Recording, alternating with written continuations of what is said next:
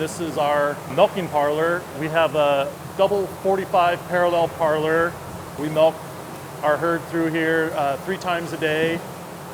Usually takes about 6.5 to 7 hours, milking a little over 3,000 cows. Where we're at here is here in our milk house. The milk that's coming from the cows in the parlor ends up here in this transfer vat, which then feeds our cooling system for the milk at a real slow, it's on a variable speed, slow, even rate. Right here is the plate cooler, and the plate cooler is using a combination of well water to help cool the milk, and then super cold glycol. We're taking milk that's right around roughly the temperature of a cow at 100 degrees down to under 40 degrees. This well water then will get reused for other purposes after this initial use, but then the milk ends up in these tanks here, and you can see the current temperature on this tank is 34 degrees basically. We have 2 tanks here. One is a 16,000 gallon, it's a horizontal silo, and the other one, you can't see the full tank, you just can see the front of it, but that's a 20,000 gallon vertical silo. Roughly about 30,000 gallons of milk are going out of here a day. It's about 3 truckloads of 10,000 gallons every day, and then about every week, there's a 4th truck that comes through. So this guy in this wagon, he's mixing up, we have different grain recipes we'll use for different groups of cows.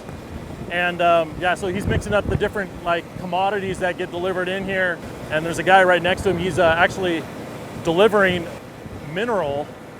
So yeah, that about once a week we get a load of, it's all the vitamins and minerals that need to go into their diets for, you know, a lot of different reasons, health, production. So on that display, he's getting information from the office for how much of each ingredient needs to go into this mix. So he basically just has to figure out which load he needs to make and select that. And then he just basically follows the instructions that are on that display. And right now he needs to add molasses in. And as he adds the molasses in, it counts down the weight until he's at 0. And then it'll flip over to the next ingredient, which this happens to be the last ingredient. So after this, it'll tell him how long he needs to mix it for, and then he goes and unloads it into the proper commodity bay. This is our commodity barn, and you can see there's different bays for different either individual ingredients or premixes. So like that first one, he's delivering a load of ground corn in, and then right next to it is it's the high cal premix. So we take all these different ingredients sitting around here and make them into a premix. So that way when he's loading that load up, he doesn't have to put in 8 different ingredients at the time, he just puts in 1. And it's more accurate that way. And then next to that is soybean meal. And on the far end is beet pulp. So after they've harvested the beets and they've gotten the sugar out, that's the leftover product there. Yeah, and we have more on the other side too. So yeah, that's cotton right there. This is corn distillers right there, canola meal, and then those are 2 different premixes. One's for our fresh cows, the other one's for our close-up cows. So those are the 3 different premixes we use. Close-up cows, they're not currently milking. They're about 8.5 months pregnant, and we start them on a ration to help get them ready for that next lactation, to give them all the right nutrients they need to have the calf healthy and be able to produce. They are dry cows. They're a different type of dry cows. You have cows that have just finished a lactation. There's about 7 months pregnant there. They don't get milk. They're on a different diet based on their needs at that point in time. But then as they're getting closer to having that calf and they start lactating again, then you kind of want to ramp up their nutrient density in their diet so they have sufficient amount of energy, protein, all the different macros really. And then yeah, you dial in the mineral requirements as well.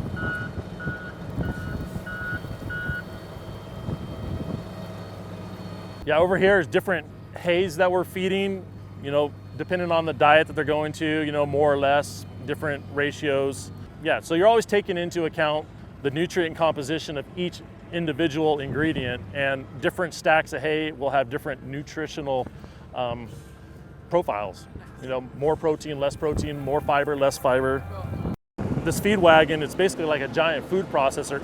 After he selects the load he needs to make, he'll start adding in the different ingredients based on what the computer display is telling him there. And yeah, as he's adding it in, it's just mixing it and blending them all together. So the whole point being that when the cow goes to take a bite of feed, that every single bite is the exact same as any other bite.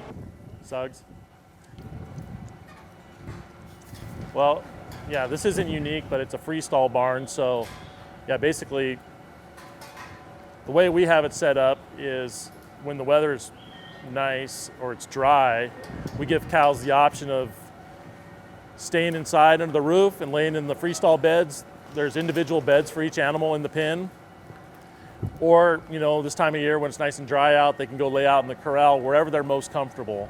Yeah, what's nice too about at least these barns, we've had them set up, is over the years we've been able to do things to make especially during the summer when cows tend to get most uncomfortable when the heat hits. So yeah, you see fans in here, but then the combination of fans and obviously the shade from the roof of the freestall barn, but we also have the soakers above the feed line, and that same water that was coming off the plate cooler, so that water gets stored in the tank over there, and from there we use it a second time to help cool the cows or fill up their water troughs. So, and all this is on a temperature sensor, so when it hits 72 degrees, which they say is like the point at which a cow starts to feel heat stress,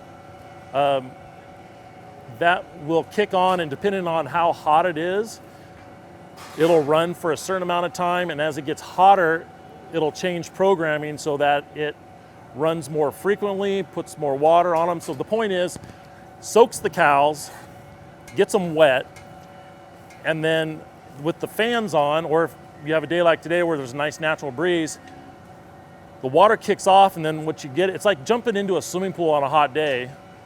Well, after you get out of the pool, man, you just feel nice. What's happening is the heat is evaporating with the moisture that's evaporating. So it's leaving with the moisture that's evaporating. So that's how the cows get cooled. It's not just the actual water going on them. There's some degree, but they get more of it from the evaporative cooling that's happening as the fans blow over their wet backs. That water from the plate cooler that comes from the well, we use it to cool the cows. We use it to put water in their water troughs. As it hits the alleys or it comes off the cow's back, it ends up in our storage lagoon. When we need to, we pump it out to help irrigate the crops that we grow to feed the cows. Right now, that's his favorite cow.